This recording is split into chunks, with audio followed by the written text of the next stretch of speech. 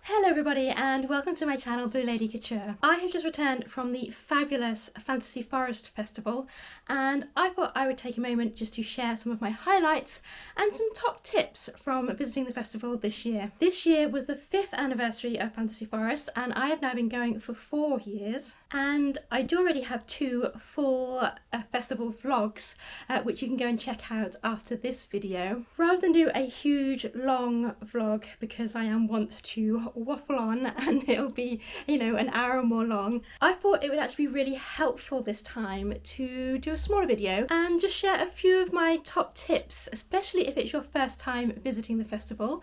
I do know that every year the festival is growing, new people are discovering it, and if you've never been before, it can be a bit overwhelming, you know, and where do you start? So I thought I would do a few top tips and my highlights from the 2024 festival. So if you have not come across Fantasy Forest Festival or have only just recently kind of heard about it, what is it? Well, it really is exactly what it says. It is a festival of all things fantastical. And as it stands, it is probably the largest festival of its kind in the UK.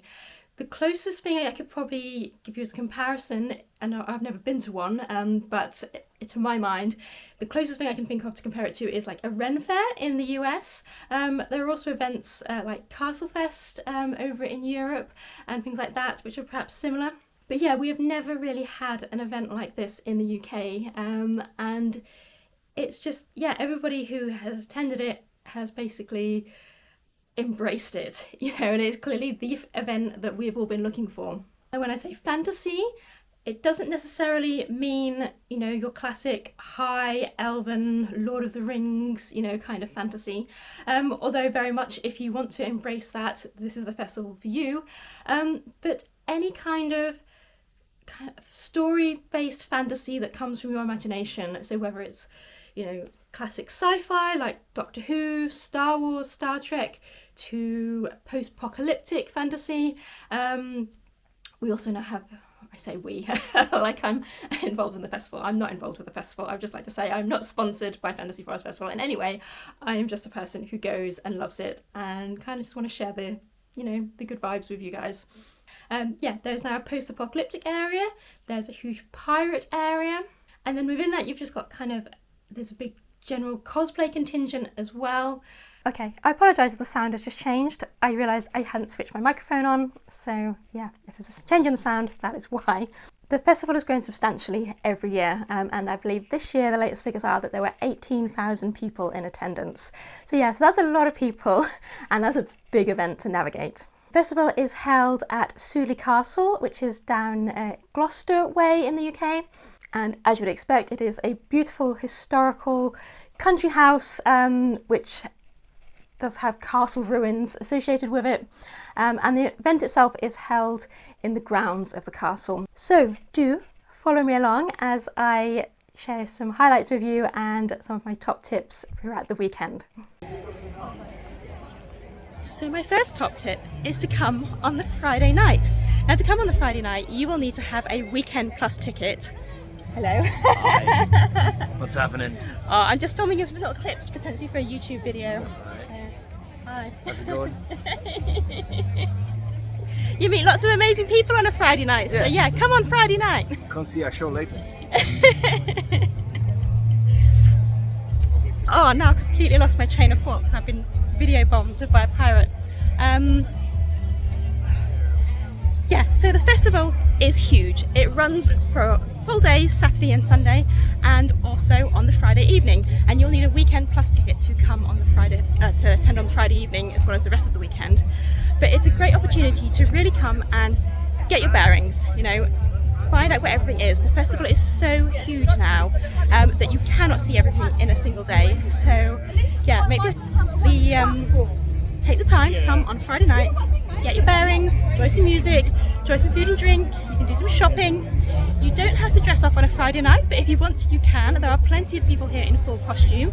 As you can see, I am not this evening, but I will be in full costume tomorrow and Sunday. My next top tip is when you are in full costume. Make sure you allow plenty of time to get anywhere across the festival.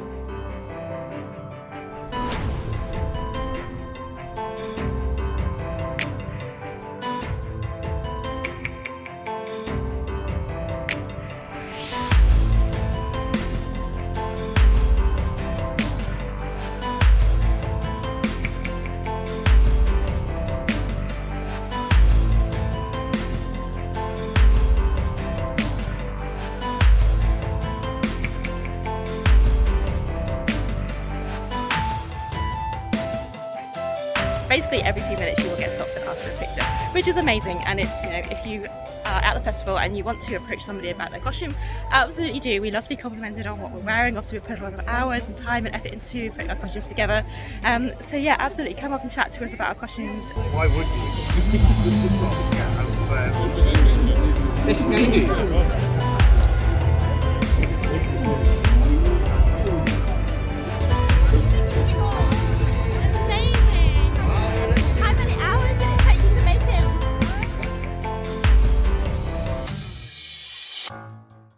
Do make sure to come and visit the gardens at the castle here while you're visiting Fantasy Forest. This year for the first time the gardens have been opened during the day and are exclusively open to festival goers, so there's no general public in the gardens today. You have to have a festival ticket to get into the gardens and the castle, as well as obviously the rest of the festival. But yeah, do go and check out the gardens. In the gardens you will also find the church, which is just behind me, and the church is fascinating. It's a beautiful little church, it's beautiful stained glass windows full of depicting Tudor ladies in their beautiful Tudor gowns. It's really quite something. Do go check out my other video from a few years ago when we first came to Fantasy Forest, and you'll see full details of the stained glass in the church.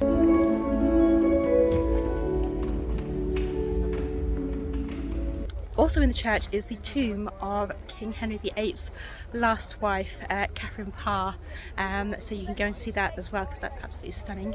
And as you just heard, there's pop-up musical interludes happening in all different locations around, as well as the three big main stages over in the main festival area.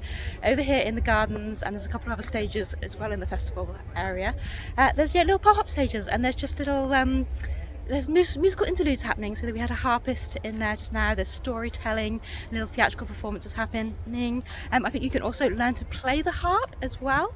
Yeah, there's just so many little things happening. So yeah, go check out all the little areas if you can. This year it is the year of the stag. Every year there is a different animal who is the spirit of the festival.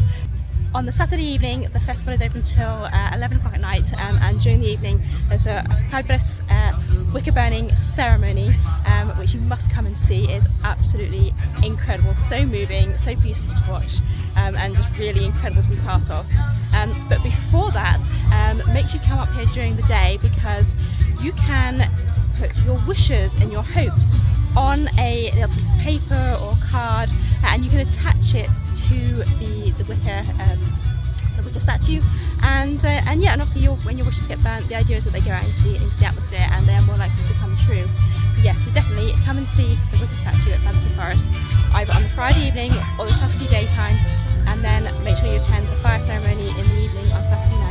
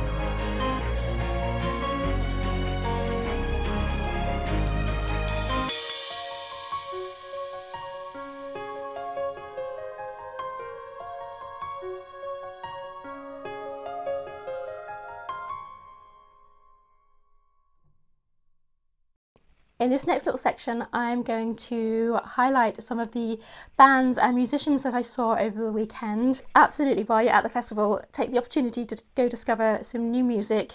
You never know what you might find. There's music of all different genres available over the weekend.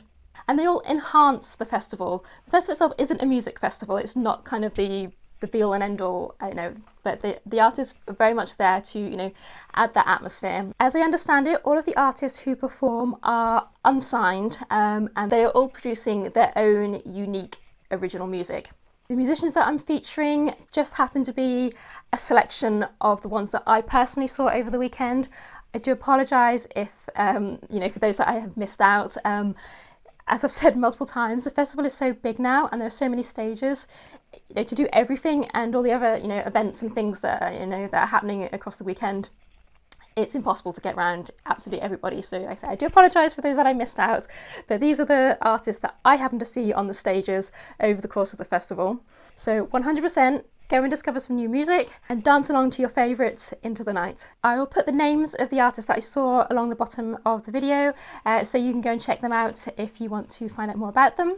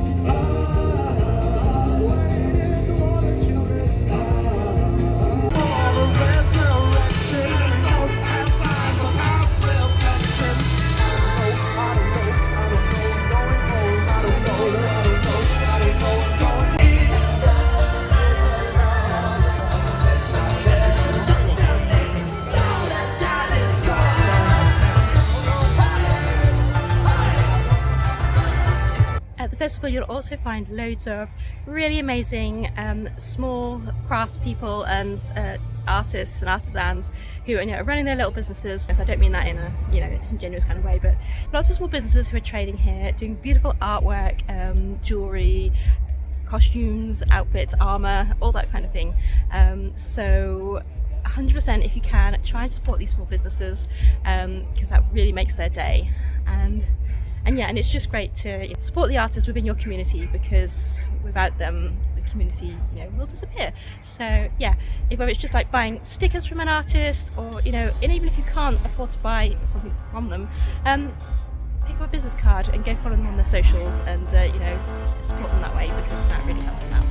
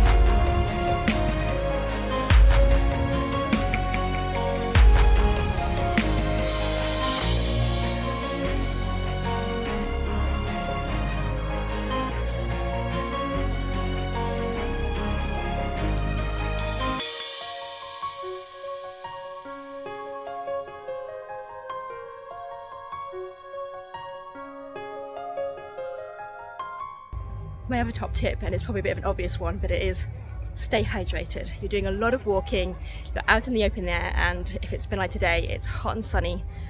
So yeah, keep your fluid levels up. You will find that at Fantasy Forest there are drinking water points located around the festival, so you can easily keep your water bottle topped up and keep yourself hydrated, and yeah, it'll really help you enjoy your day and enjoy the festival as much as possible.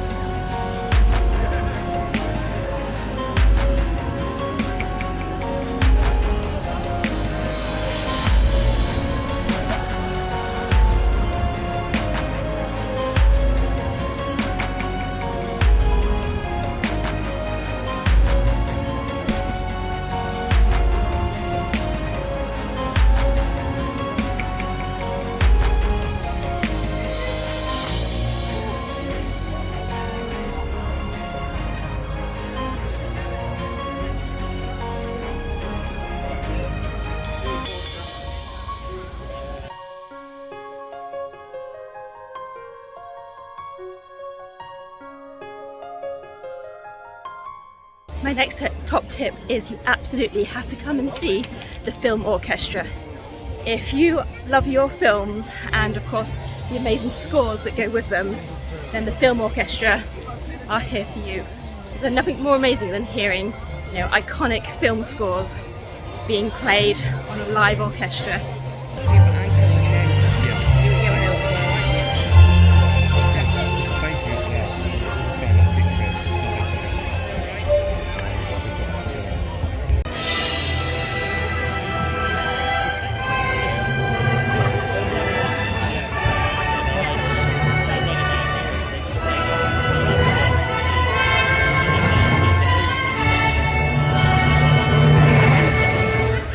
There's no doubt about it, you just simply have to come to the Fantasy Forest Festival. It's just incredible, so yeah, make sure you get here next year. So my last kind of top tip or selection of top tips is really to help you if you're planning and thinking about coming in 2025 or future festivals. Because as it stands, this festival is a sellout every year, so you need to be on the ball and make sure you have things in place and you are ready to go as soon as the tickets are released. At time of recording, approximately 2 weeks after the 2024 festival, dates for next year have been released. I'm going to put them in the bottom of the screen because I'm not going to remember them off the top of my head and I don't want to get them wrong, but it's the third week of July in 2025. And I believe the tickets, or the first batch of tickets, the early bird tickets, are going to go on sale on the 1st of October. So get it in your diaries, mark your calendars, and yeah, make sure you're ready to get tickets as soon as they launch. I would also 100% recommend sorting out or planning your accommodation now, last week. Drop everything and do it now. Village of Winchcombe, where Fantasy Forest is held, was the nearest village to Sudely Castle. It's a very small village. It has very limited accommodation options and they are going like that. The bigger the festival grows, the further and further out from the festival you will have to stay and obviously travel in each day. There are options for camping on site, either in your own tent, or there are pre-erected bell tents, I believe, as well, are normally offered. Personally, I don't have any experience of using the campsite, so I can't comment onto, how that runs, although I do believe it is one of the better value ways to stay at the festival. Normally the camping tickets include wristbands as well, but I say don't quote me on that because I don't have personal experience. I normally stay in a cottage in the surrounding area. For me personally, getting ready in a tent and obviously the inevitable, not necessarily noise, but the hubbub of being on a festival campsite, I just don't think that's for me. I like to be able to, step away from the festival at night and have time and space to get ready comfortably in the mornings, especially when you know you're wearing ridiculous outfits. But yes, do not delay in sorting out what you want your accommodation to be. And again, do be on the ball when tickets are released, because the camping tickets do go like hotcakes. I 100% know I have not covered everything in this video. I really wanted this to just be an overview of some highlights and my personal top tips for things that you really shouldn't miss at the festival, or things that might help you out if you're planning to come to the festival, especially if it's your first or perhaps even only your second time coming. So I do hope it has been helpful for you. As I said at the start of the video, do go check out my full event vlogs from last year and 2 years previous. If you've liked this video, please do give it a thumbs up by hitting the little thumbs up icon down below. You can also leave me a comment, which really helps my channel out. If you would like to subscribe so you will know when my next video goes out, I do all kinds of costuming based videos. So sometimes that's sewing videos in my sewing studio, or I'm out and about at events, or sometimes I go to museums or places of historical interest. So yeah, if you would like to tag along, I'd love to have you as part of my whimsical little corner of the internet. And I will hopefully see you in my next video. Take care. Bye.